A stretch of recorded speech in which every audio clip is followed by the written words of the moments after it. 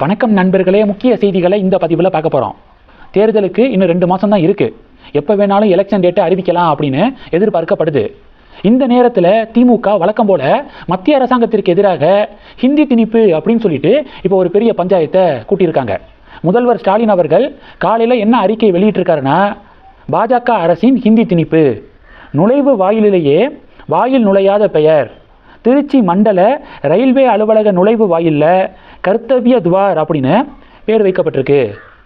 எழுத்து தமிழ் எழுத்து தான், ஆனால் ஹிந்தி வார்த்தை இப்படி பேர் வைக்கப்பட்டிருக்கு. வருங்கால வைப்பு நிதி அலுவலகத்தில் பவிஷ்ய நிதி பவன் அப்படின்னு சொல்லிட்டு பேர் வச்சுருக்காங்க.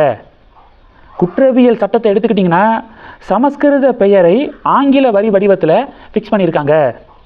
மத்திய நீர்வளத்துறை அமைச்சகத்தை ஜல் சக்தி மினிஸ்ட்ரி அப்படின்னு சொல்லிட்டு இப்படி பெயர் வச்சுருக்காங்க. அப்போது ஆங்கில எழுத்து தமிழ் எழுத்து எழுதப்படுது, ஆனால் அதற்கான வார்த்தை பார்த்தீங்க அப்படின்னா ஹிந்தி வார்த்தையாக இருக்குது அப்படின்னு முதல்வர் ஸ்டாலின் அவர்கள் இன்னைக்கு காலையில் ஒரு பதிவு போட, அந்த பதிவில் மிக கடுமையாக வார்த்தைகளை பயன்படுத்தியிருக்காரு. என்ன சொல்லியிருக்காருன்னா, கொட்டமும் ஆணவமும் கூடிக்கிட்டே போகுது, தமிழர்களின் சுயமரியாதையை சீண்டி பார்க்கும் இவர்களுக்கு சரியான பாடம் புகட்ட வேண்டும், ஹிந்தி திணிப்பு முயற்சியை கைவிட்டு உடனே தமிழ் பெயர்களை பயன்படுத்தவும், தமிழ் வார்த்தைகளை பயன்படுத்தவும், இல்லையென்றால் தமிழர்களின் சூட்டை மத்திய பாஜக அரசு உணர வேண்டி இருக்கும் அப்படின்னு எச்சரிக்கிறேன் அப்படின்னு முதல்வர் ஸ்டாலின் அவர்கள் இப்படி ஒரு அறிக்கையை வெளியிட்டிருக்காரு. என்னது, கொட்டமும் ஆணவமும் கூட்டிக்கிட்டே போகுது மத்திய அரசாங்கத்திற்கு, உடனே தமிழ் வார்த்தையை பயன்படுத்துங்க, இல்லைன்னா தமிழர்களின் சூட்டை மத்திய அரசாங்கம் பார்க்க வேண்டியிருக்கும் அப்படின்னு முதல்வர் வார்த்தைகளை பயன்படுத்தியிருக்காரு. முதல்வருடைய இந்த அறிக்கைக்கு அண்ணாமலை அவருடைய ஸ்டைலில் ஒரு ரிப்ளை கொடுத்துருக்காரு. திமுக கதற ஆரம்பிச்சிட்டாங்க. அண்ணாமலை என்ன சொல்லியிருக்காருன்னா, எப்பெல்லாம் சட்டம் ஒழுங்கு சீர்கெட்டு போய் நீதிமன்றத்தால் திமுக அரசாங்கம் கொட்டு வாங்கி மக்கள் மத்தியில் திமுகவுக்கு ஒரு கெட்ட பேர் ஏற்படுதோ, மக்கள் மத்தியில் திமுகவுக்கு மிக கடுமையான எதிர்ப்பு எப்பெல்லாம் வர ஆரம்பிக்குதோ, அப்போது அறிவாலயத்தில் இருக்கக்கூடிய பழைய தகரப்பெட்டியை திறந்து இல்லாத ஹிந்தி திணிப்பை எடுத்து காட்டு அப்படின்னு உங்கள் அப்பா சொல்லிட்டு போனாரா அப்படின்னு அண்ணாமலை கேள்வி கேட்டிருக்காரு. எப்பெல்லாம் திமுகவுக்கு மக்கள் மத்தியில் கெட்ட பேர் வருதோ அப்பெல்லாம் அறிவாலயத்தில்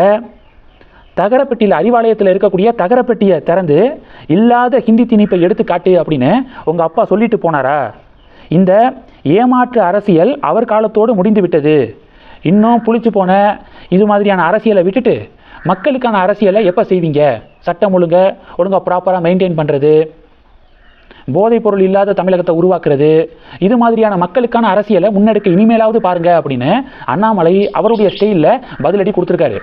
சன் நியூஸு அழுகாத குறையாக ஒரு நியூஸ் கார்டை ஷேர் பண்ணியிருக்காங்க. எப்போதும் 6 மணிக்கு பயிற்சிக்கு வரக்கூடிய இந்தியன் பிளேயர்ஸு நேற்று 7 மணிக்கு தான் பயிற்சியை தொடங்கினாங்களாம். T20 வேர்ல்டு கப் நடக்குதுல்ல, இந்தியன் கிரிக்கெட் பிளேயர்ஸு எப்போதும் 6 மணிக்கு ப்ராக்டிஸை ஸ்டார்ட் பண்ணுவாங்க போல். நேற்று பார்த்தீங்கன்னா 7 மணிக்கு தான் ஸ்டார்ட் பண்ணியிருக்காங்க. நேற்று கிரகணம் வேறையா, 6:47 வரைக்கும் கிரகணம், அது முடிஞ்சதுக்கப்புறம் ப்ராக்டிஸை தொடங்கியிருக்காங்க அப்படின்னு அழுகாத குறையா சன் செய்திகள் நியூஸ் கார்டு போட, கமெண்ட் செக்ஷனில் திராவிடர் கழகம் சப்போர்ட்டர்ஸ் எல்லாம் கதறுன்னு கதறிக்கு இருக்காங்க. இது 2. இந்த 2 செய்திகள் தமிழகத்தில் பெரிய ஒரு பரபரப்பை ஏற்படுத்தியிருக்கு. அதில் இந்த ஃபஸ்ட்டு கர்த்தவிய துவார் அப்படிங்கிற திருச்சி ரயில்வே மண்டல அலுவலகம் இருக்குல்ல, அது மேலே ஏறி திமுக உடன்பிறப்புகள் சில பேர் அந்த கர்த்தவிய துவார் அப்படிங்கிறது ஹிந்தி வார்த்தை, அதில் மைய வச்சு அழிக்க போகிறோம் அப்படின்னு இப்போ ஒன்று கூடி போராட்டத்தில் குதிச்சிருக்காங்க. இப்போது இபிஎஸ் அவர்களும் மத்திய அரசு இது மாதிரி பண்ணக்கூடாது அப்படின்னு சொல்லிட்டு அறிக்கை வெளியிட்டிருக்காரு. திராவிட கட்சிகளில் ஒரே மாதிரி தான் இருப்பாங்க அப்படின்னு பாஜகக்காரங்க பதிவுகள் போட்டுக்கிருக்காங்க. ஆக மொத்தம் பாஜக கேட்கக்கூடிய ஒரே கேள்வி, ஹிந்தியை திணிக்கக்கூடாதுன்னு சொல்கிறீங்க சென்ட்ரல் கவர்மெண்ட்டு. தமிழகத்தில் இருக்கக்கூடிய திராவிட தலைவர்கள் நடத்தக்கூடிய பல சிபிஎஸ்இ பள்ளிகளில் ஹிந்தி திணிக்கப்படுது, ஹிந்தி கம்பல்சரி லாங்குவேஜாக சொல்லிக் கொடுக்கப்படுது, அது மட்டும் ஹிந்தி திணிப்பு கிடையாதா அப்படின்னு சொல்லிட்டு கேள்வி கேட்குறாங்க பாஜகவினர்கள். இந்த செய்திகளை பற்றி உங்களுடைய பார்வைகளை மறக்காமல் கமெண்ட் பண்ணுங்கள். தொடர்ந்து கனெக்டில் இருங்க. அடுத்தடுத்து நிறையா பதிவுகளை பார்க்க போகிறோம். நன்றி. ஜெய் ஹிந்த்.